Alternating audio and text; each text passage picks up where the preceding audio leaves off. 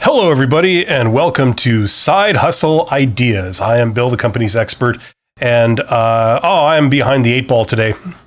Absolutely no preparation. I sure hope all my settings are set correctly because I haven't had time to check anything. Welcome. This is the weekly live stream where we talk about entrepreneurship and the whole concept of starting a side hustle.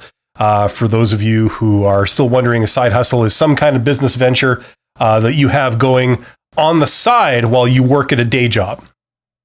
So yes, there are 0 people here. Hopefully people will show up. Oh, 4. Okay, awesome. Great. So it is working. I was worried there for a second. Thank you for being here. Welcome, welcome. This is primarily a Q&A. So if you have any questions, if you are struggling with something right now in the world of entrepreneurship, or wanting to do a side hustle but not knowing how to go about it, or not knowing what side hustle idea is right for you, or what are the options or anything like that, let me know in the chat, because I primarily react to your questions. I don't really do a lot of rehearsal, and I don't come with an agenda. So excellent. So Scott Savage Techno Scavenger is here. Wow. That is an interesting name. I like people that have interesting or intriguing names. It seems like you have a bit of a personality, which is a good thing. So welcome to Scott. Scott says we can hear you perfectly. Excellent. Great. Phew. That's good to hear. It's the kind of thing where, you don't touch your computer for the entire weekend, and then you come back to it Monday morning and hoping that nobody has changed anything, or Windows or whatever apps do an update, and then next thing you know, nothing works correctly.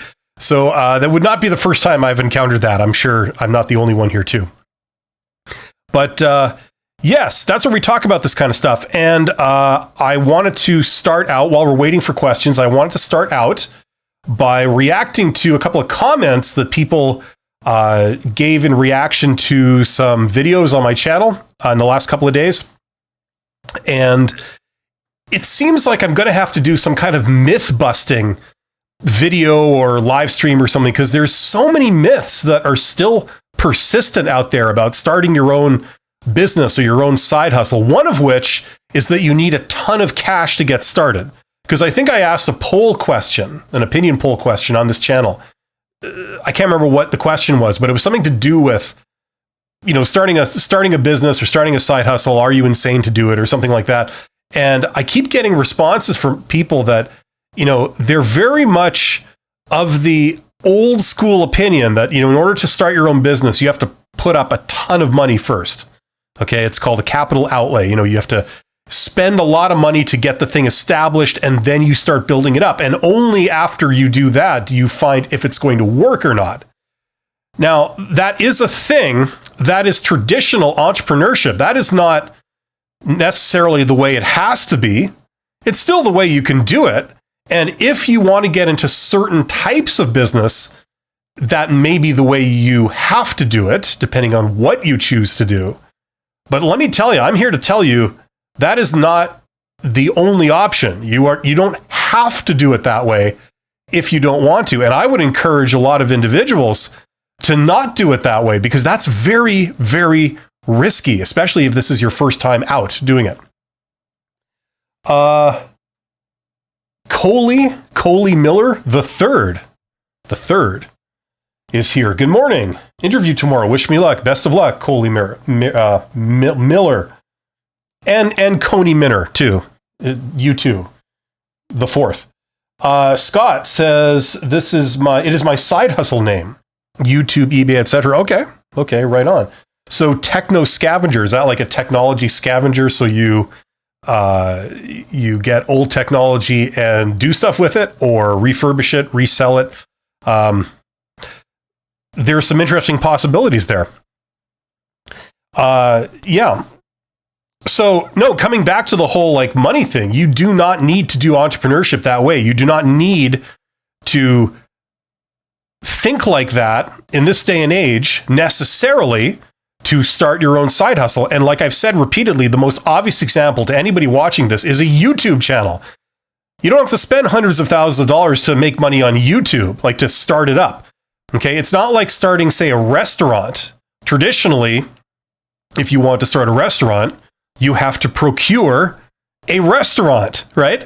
You have to have the property, you have to have the building, you have to have the equipment like the kitchen, the tooling. You have to have the human resources. You got to have employees to work it. You need chefs and waiters and delivery people, like all kinds of stuff in place. You have to have a menu. You have to have blah blah blah. There's a really long list of things you need to have in place before you can get your first customer, right?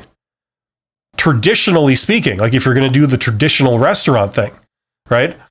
So in that case, yes, if you're going to start up that type of business, you have to go about it in that way. You have to procure all these things first if you want to follow the traditional way of starting a restaurant. So I'm not going to argue with that. That's true. My point, though, is that you do not have to do that. There are many, many other options available to you that don't require you having to do that stuff and therefore paying for all of it in advance. That's the beautiful thing. As we go further into the future, this becomes more and more of a thing. It's sort of like a new way of doing business. And there's also a new model of entrepreneurship. Okay, the new model was that, the old model was traditionally, think of the restaurant business. You first spend the money, you set up the operation, and then you find out if it's successful, if it succeeds in getting customers to come in, getting enough customers that will pay you enough money to make the whole thing work. Okay, you only find that out at the end. The new model is, once again, think of YouTube as your example, but this exists in many ways, is you build an audience first, okay? And then if you have a big enough audience, then you could sell a product or a service, right? To a ready-made audience that's already there, okay? And that's the amazing thing about social media, right?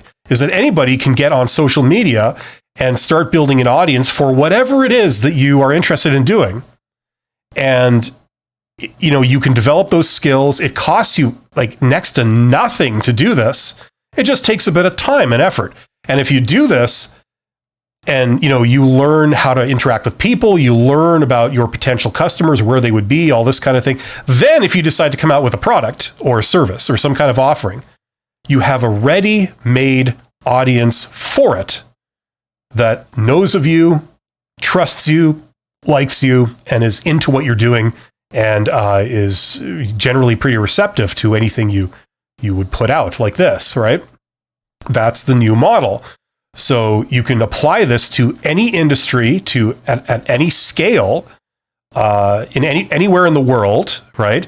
And it opens up new possibilities. A restaurant requires you to have a certain number of customers within a geographic region, within physical distance of the restaurant.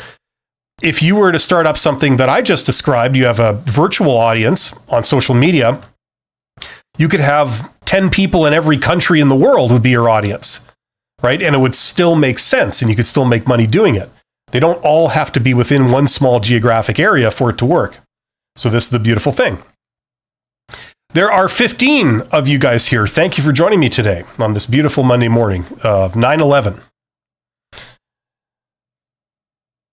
Scott says, yes, restorations. Okay, so you restore technology. That's cool. There's some interesting technology that I would pay money to see again, just kind of as a novelty. Usually as a novelty, but in some exceptions, I think it's actually in one or more ways it is superior to what we have today. As a kid, there used to be a store called Radio Shack in Canada, and I believe in the US and all over the world. And, it sort of got me started on the whole electronics kind of thing. I became an electrical engineer, and, but it started when I was like 10 years old or something, and I went to Radio Shack, and they would sell little electronic components and things like this. So I liked Radio Shack, and, the interesting thing is that pretty much almost every piece of consumer electronics in that store that they used to sell, all of it has been is obsolete. They no longer sell it, like intercom systems and stereo systems and things like all these little devices. They've like 90% of them have all been replaced with the smartphone, right? You don't need an intercom because you got a smartphone. You don't need a walkie-talkie because you got a smartphone. You don't need a ham radio set because you've got a smartphone. You don't need a pocket video game device because you've got a smartphone, right? They've all been replaced with the smartphone. And in the vast majority of cases, the smartphone is just hands down better. Yeah. But for a couple of things here and there, I do miss some of the older technology that they had. So there you go. Viviani, if I'm saying that right. I'm sure look, it's guaranteed I'm saying it wrong. I talk about this all the time, but Viviani is here. Hi, Viviani. You have to endure me saying your name wrong every single time. But thank you for joining me today. If you guys have questions about starting up a business, making money on the side, okay? If you have questions about that, let me know in the chat. I'll be happy to get into it with you. Okay, the one kind of thing we've covered so far today is that you do not need money to get into this game. The way to think about it, and I've said this before, the way to think about it is that large organizations exist to solve large problems. Small organizations, like one-person companies, exist to solve small problems, okay? So if you're only serving like 100 people, or you're doing something pretty simple and straightforward that one person can do, that's brilliant. That's what one-person companies are for. A lot of times, bigger companies don't want to get into that business because it's too small for them. It's chump change for them. They'd have to do all kinds of work to get into this business, and the payoff really isn't there. They're not going to make millions to billions, right? So they intentionally stay out of stuff like that. But for one-person companies, for somebody who wants a side hustle, making an extra 100,000 a year, that's not chump change to you. That would make a lot of sense for you to do if you could do it and you want to do it. So that's where a lot of the big players get out of the way and leave that business for a lot of smaller organizations or smaller companies like you. This is the brilliant thing. And this exists on a higher level too. My city of Winnipeg, Canada, its population is like 0.7 million, something like that. It's big, but it's small. It's big in the sense that it's got like one of everything, but it's small in the sense that, it's not big compared with other cities, right? So we were in a unique economic situation where you have a lot of big players that do a lot of business in industrial circles saying, we don't want to set up a branch office in Winnipeg because it's too small. When we set up a branch office, we have to make at least, 100 million a year out of all our branch offices. And quite frankly, Winnipeg, that market, that area, it's just too small. There's not enough business there to really justify us going there and, investing in setting up an operation there. So that was great for all the small players. So you got people that own businesses that have 5, 10, 20 people in them. They're cleaning up because the big multinational corporations that would really be stiff competition, they've decided to leave this market alone. They've left it to all the little people because it's just not worth their while, right? So this kind of thing exists on every level, right? And the reason I'm saying this is because there's a lot of opportunity out there for people to come in and start a very small business, like a side hustle. Okay, there's a lot of money to be made there. It's just that a lot of larger entities are kind of purposefully staying away because it's just too small for them. But it might make perfect sense for you. So that's another concept that's at play a lot of times. I see there are 27 people. Thank you for joining me on this Monday morning. Get in the chat. This is primarily a Q&A. I'd like to basically feed off questions from you guys. So if you have any questions about how to start a side hustle or how to be in business, how to make money, if you want to get into that world, fire away and let's get into this, because I don't have any kind of pre-planned agenda or stuff to talk about. I'm just sort of winging all of these.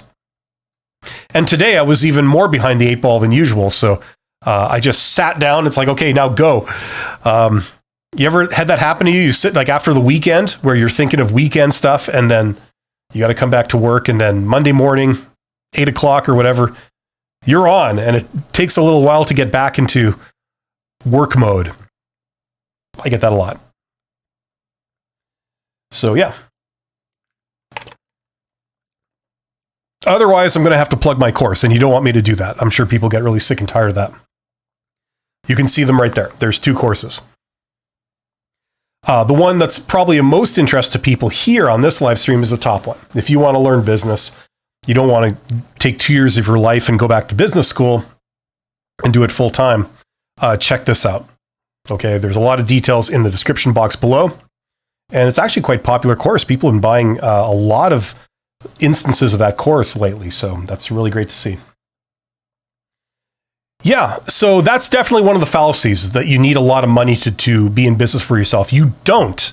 The only thing you really need is learning, okay? Knowing what to do. If you have certain things, okay, you would probably lean towards a business idea that requires only those things and not much else. Okay, so for example, we were talking about being doing the restaurant idea earlier. Now, if you have access to a kitchen and you are maybe a chef and you know how to make awesome food that, when people taste it, they go, oh my God, this is like a cut above, right? Not just okay food, but like really good food. And you have a desire to be in business doing that, but you have access to some of the necessary resources. You have like a kitchen at your disposal. Maybe you can lease it or rent it or borrow it or, whatever, right? Then maybe this is for you. Now, if it were me, I would look into, and you wanted to pursue like a restaurant type thing, I would think of, how can I do this business idea without having to do that initial capital outlay? I don't need to get an entire restaurant in place to find out if I could make this business work. Maybe there's a way of doing delivery. You don't need a storefront. You don't need like a giant operation. If you can make the food and, your brother or someone can be the delivery driver and drive it around the city to deliver to people, maybe that's enough. Maybe all you need then is the marketing side, a website and a way to get the word out to people so they can order from you. Or you partner with, a Skip the Dishes or some other kind of thing that gets you exposure. Maybe that's doable. You don't need to spend hundreds of thousands of dollars to get this off the ground. That's what I would look for. Tailoring it to you and not requiring a ton of money at the outset. Okay, so here we go. Scott Savage Techno Scavenger says, I've been doing side hustles for 20 years. I'm here looking for a new perspective. I can share my experience if that would help fill the time. Sure, if you have anything that you feel is interesting or would help people, sure. Classic Italian Culture says, how to find new ideas or small problems to be sold. I have lots of problems in coming up with new ideas to try out, also because I'm living abroad in a country where I don't speak the local language. Okay, well, look, the whole like living abroad, not speaking the local language, I can't really help you with that. It shouldn't be the end of the world, to be honest. I mean, people overcome that kind of thing every day. And also, I mean, at the end of the day, if it really is an insurmountable obstacle for your new business idea, you can always try and pitch it through the magic of the internet to customers in your home country, if that would help. Okay, like then you can communicate in your native language and all this kind of thing. Okay, there may be a way to do that, right? In this increasingly globalized world, that's becoming generally easier and easier every year. Okay. Now, you said you have lots of problems in coming up with new ideas to try out because, well, look, okay, like ideas, I've never been starved for ideas. I find ideas kind of the easy side.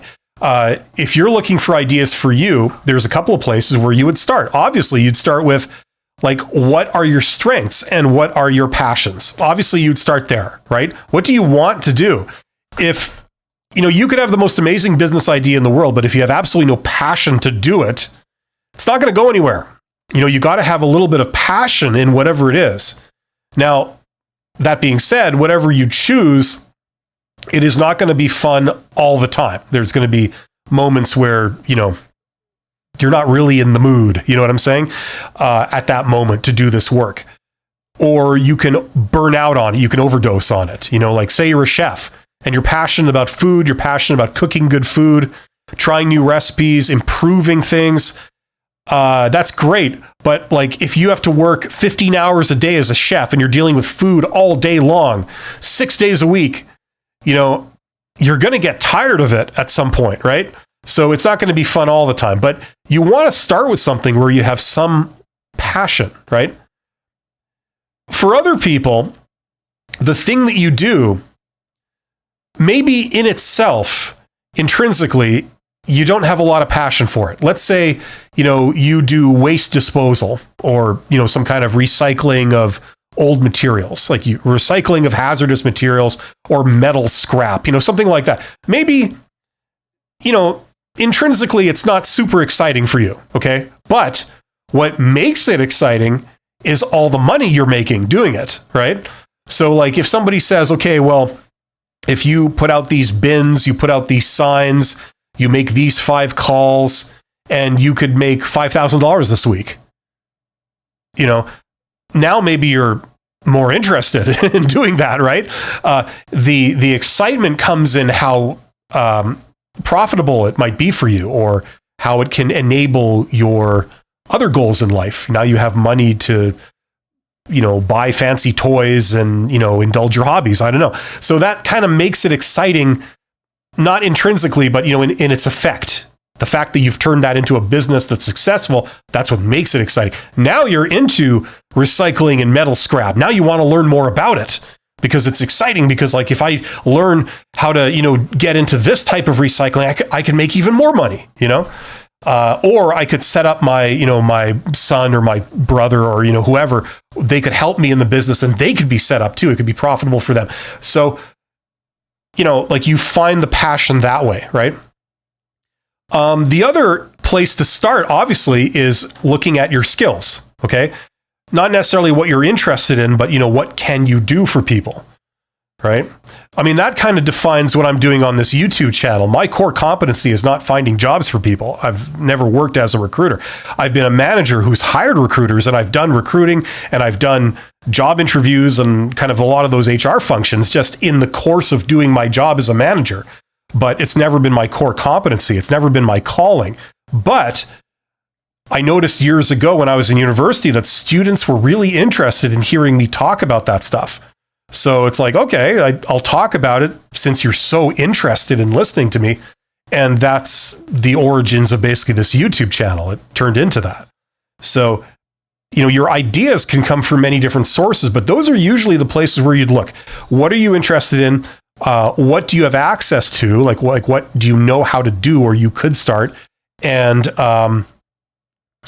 what are your skills, right? Like what, maybe you've been trained in school to do something, right? Maybe that would be another starting point. Okay. You are absolutely welcome, Classic Italian Culture. Scott Savage again says, when searching for the idea that would actually sell, I discovered that the response from people after the pitch told me a lot. Yes, I mean, that's what I would recommend. The method people use is, we were talking a moment ago about ideas, right? And ideas usually relate for most people to the operation side. Okay, so like a restaurant, okay, you're thinking like, okay, I like cooking food, I like recipes, I like ingredients, the concept of running a kitchen, that appeals to me. That's the operation side. That has nothing to do with how to sell the food, right? Usually the make or break for any idea is going to be whether you could sell it, right? There's a couple of questions there. The first is, can I make it, right? That's an operations related question. The second question is, can I sell it? And the third question is, can I sell it at a profit? Okay, so there's actually 2 of the 3 fundamental questions are on the marketing side. Okay, so I would recommend that people start off with the marketing side. you don't have to go to great lengths creating amazing food if only to find out that at the end of the day, you will not be able to sell it. Or you can sell it, but you can never make enough money to cover your costs, right? The end result is the same. It's failure, right? Now, wouldn't it be wonderful if before you spent all that effort trying to create this food, you validated the fact that you would be able to sell it and you would be able to make enough money doing it to justify it? Wouldn't it be great if you flip the process on its head and validated it first, rather than going through all the trouble of creating it only to find out you can't sell it, right? So that also is the more modern approach, right? Traditionally, you would have to get the restaurant going to learn if it will work. Increasingly, as we go into the future, you don't need to do it. You don't need to do that first. You can validate the idea first, and then only if there's demand, then you go to the trouble of spending the money, doing all the work, and creating the thing. And then, at that point, you now have an audience that's waiting for it. So it's much less risky if you do it that way. So the marketing is the thing that I highly encourage people to turn on to. If you're not a marketing type person or a sales type person, you can save yourself so much trouble by learning about that and validating that side of things before you just blindly go ahead spending money and spending your time and your effort to do something. Okay, so yes, I agree, Scott. That's a typical thing. Because some things are an easy sell and some things are a hard sell. Some things, a lot of things are a hard sell. You tell everybody about it, hey guys, here's what I'm going to do. It's going to be this. Isn't it great? And then you can hear the crickets. They kind of go, nah, yeah, nice, I guess. And then other things are an easy sell. You say, hey guys, I'm going to do this. What do you think? And they go, oh my God, that's awesome. Do that. Here, can I pay you in advance? Will you take my money? Here, I want to order 2. Right? Now, if you get that kind of reaction, that usually tells you you're onto something. The only way to validate something really is to sell it. Because a lot of people will try and be polite and they'll say, oh, yeah, if you did that, I would totally eat at your restaurant. Oh yeah, I'd go, But then you find out that you actually proceed and you create the restaurant and they don't show up, right? That's very common. So the only way to really validate something is to pre-sell it. Is to say, here, I'm taking orders for this. It's going to cost this much and this is what you get. Now, if nobody orders one, that tells you something. If you go to 1 million people and nobody orders one, that's saying something. If you go to 1,000 people and you've already got 100 orders where they've paid for it, that tells you something else. Okay? And not only does it tell you that this is probably going to work, it also gives you some startup capital. Now you have, because they paid you, now you have money to spend to create the product or the service for them, right? So it's less financially risky for you. Now, if you decide not to go ahead, there's no fraud here. You just say, I'm sorry, due to a lack of demand, we've decided to, unfortunately, we won't be able to produce that. But thank you to everybody. And then you return everyone's money, right? You're very above board about it. Okay, there's nothing wrong with doing this. This is a common way to do it. And when you think about it, when you go to a store, that's usually how it works. You have to pay in advance, and then you're allowed to walk out of the store with your thing. Okay, so you're just adopting the same thing. Where are we here? Quasar3 says, hi, Bill. I don't have a question, but wanted to let you know you're absolutely correct when it comes down to telling the interviews that I want this job because I just landed mine last Friday. Well, congratulations, Quasar. Thank you for letting me know. It's good to get positive feedback, and I'm glad that you are prospering and things are going well. So awesome. Thank you for reassuring me to showcase my passion during the journey. Yeah, some people are more emotional, more passionate than others. They show their emotion more. And for the rest of us who are more technical, more, give me just the faxy maxy, this numbers oriented, fact oriented, not a lot of emotion, not very touchy feely kind of people. We can be at a bit of an advantage when you're trying to get a rapport with somebody, right? And a lot of the times I remember thinking, like years ago, you'd think like, well, it goes without saying that I want the job. I mean, I'm here, aren't I? Right? And I wouldn't be going through this awkward crap if I didn't obviously feel passionately about this job. But it doesn't work that way. You have to like explicitly show this stuff, So there you go. Yeah. So that's the deal. So get in the chat if you have any questions. If I don't get any more questions, I won't be doing this for too much longer. Some days a lot of people have questions. Some days people don't. But if you do have anything that you're wondering about or struggling with in the world of business, trying to start up a side hustle, trying to make money on the side, maybe you have ambitions to break away from the sort of rat race of working as an employee. You want to make money directly. You want to be able to create your own job, do the activities of your choosing rather than what's been assigned to you. And you get to keep all the money. You know what I'm saying? The way it works for employers, and I know this from being an employer, I mean, you like a metric that certainly I use and a lot of people use is like, if you take your revenue that your business operation makes and you divide it by the number of people, you get the average amount of revenue per employee. So on average, this is how much each employee is contributing. Okay. You could do the same thing with profits. Essentially, this is how much money we're making per employee. Okay. So for example, if your revenue per employee is say $100,000, that means that on average, each employee that you have makes you $100,000 when you put them all together. Okay. How much do you pay to each employee? Do they get $100,000 salary? Of course not. Do they get $50,000? Possibly, but usually not. Usually it's less than 50%.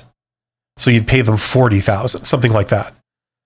Now, part of that is because of the risk. Like you're taking the risk. You're guaranteeing to pay them whether or not you're making money, right? That's what, salaries and stuff are, right? Anything other than performance pay, you're basically guaranteeing that you're going to pay them. And whether you're making money or you're not making money, that's your problem. That's not their problem. Okay, you still have to pay them, right? So you're going to have a bit of a cushion in there to allow for that risk. Okay. The other part of it is that, you also want to make a profit too. You want to make, a return on taking that risk, right? So if you own the business, or the people who do own the business, they want to get a return on it. So that goes to them. So at the end of the day, you're making less than 50% of the value that you're generating if you're an employee. That's kind of how that works. Now, in return, you don't really take the risk that the business does, but then again, you kind of do, because if the business fails, I mean, you're out of a job one way or another eventually. So, so the great thing about being in business for yourself, there's cons, but there's also pros. And one of the pros is that you don't have to, you don't have to give 60% of your income away to somebody else. You get it. Okay. So that's the good thing.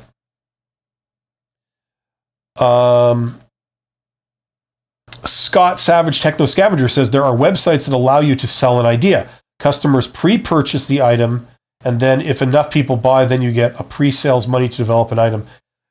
Okay, that's the kind of thing that, I don't know. My first initial reaction to that is, you shouldn't need to go through somebody else to do this. This should be totally organic. There's all kinds of people that will convince you that you need them and you got to pay them a fee, right? What we're doing now, what we're talking about, at least as far as I'm concerned, this is the opposite of that. This is like you breaking free from these large organizations that will keep you down, that will convince you that you need them when you don't.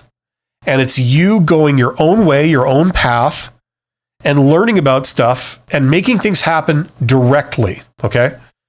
So I'm not too familiar with websites that kind of do that. I'm sure there are, it's almost like the GoFundMe's of the world, some kind of variation on that. I'm sure there are. But my point is that you don't need to go through that. This should be, in my opinion, this should be organic. You fully control the process. You set the rules, you decide who you go to, you decide how it's done, you decide the time frames, you decide what you say, you decide what criteria is like a yay or nay. Right? So I'm sure people will come up with an idea to help you with that, right? But my point is that you don't need that. Okay, don't think in those terms. Think in terms of breaking away from somebody's establishment. This is the opposite of that. This is freedom. If you wanted to play by somebody else's rules, you could just be an employer, or you could be an employee. Then you don't have to worry about any of this. You just do what you're told, and they give you a little fraction of the value you generate. For a lot of people, that's fine. That they don't have any ambitions to go into business. That whole thing just doesn't appeal to them, and they're okay with a lot of the cons, the trade-offs of doing that, right? So just the way I think, my reaction to that is that okay, that might be good. I haven't investigated that, but you shouldn't need that. That shouldn't be how you think. How you think, in my opinion, should be let's do this directly by ourselves, because that's how we learn, right? I don't want somebody telling me the customer's reaction to my thing was this. I want to see the customer's reaction directly. I want to see what they say. I want to know who they are. I don't want somebody standing between me and my audience, right? The whole purpose of this is to learn. Now, the other element of this is that, it's a learning journey, right? Usually, somebody's first attempt to start a business usually fails. Okay? There's a lot of reasons for that. One reason is because every person's goal is unique. We're not all trying to do the same cookie cutter thing. Different people want to do different things, right? So there is no roadmap or guide of how to do your precise thing in your specific situation at this exact time. There is no guide for that. You have to figure it out as you go along. Another reason is that people just don't know business, and they sort of rush ahead and do things that in their mind they think will work, and then they realize they learn that it doesn't. Okay, so those are a couple of the reasons for it. Vivian says some YouTubers are talking about using AI with side hustle. I'm sure they are. People are talking about adding absolutely everything to AI to generate something new. And depending on how you go about doing it, there may be something in it. But a fundamental rule of business is never subcontract out your thinking, okay? Because that's what makes you, right? Now, AI is it's like automation, okay? It can take a mundane task that you do and make it automatic, make it instantaneous, and give you half-decent results. I don't think we're at the point yet where it'll give you amazing results, but it will give you decent results, okay? Like if you go to ChatGPT and you say, write me a story about pirates and have it be 1,000 words, and then it spits something out, and then you say, no, make it funnier, and then it spits something else out. Now what do you get? You get something that's it's okay, but is it like Shakespeare? No. Is it original and amazing? No. Is it the next big, billion-dollar book franchise? No. Maybe in the future we'll get to the point where it is. Who am I to say? But right now, it really isn't. So it makes me shudder to think that okay, if you're farming out your thinking to that, I don't see great things. It can get you to what's average and what's normal. So if you're lagging far behind and you really don't understand what everybody else is getting, but you're not, then maybe AI can help you. But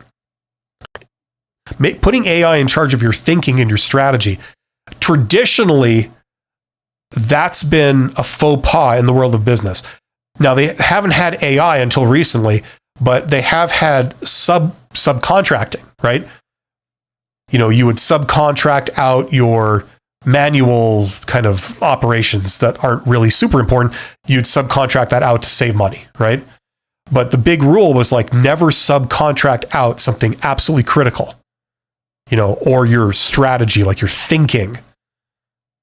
Okay, that's a no-no.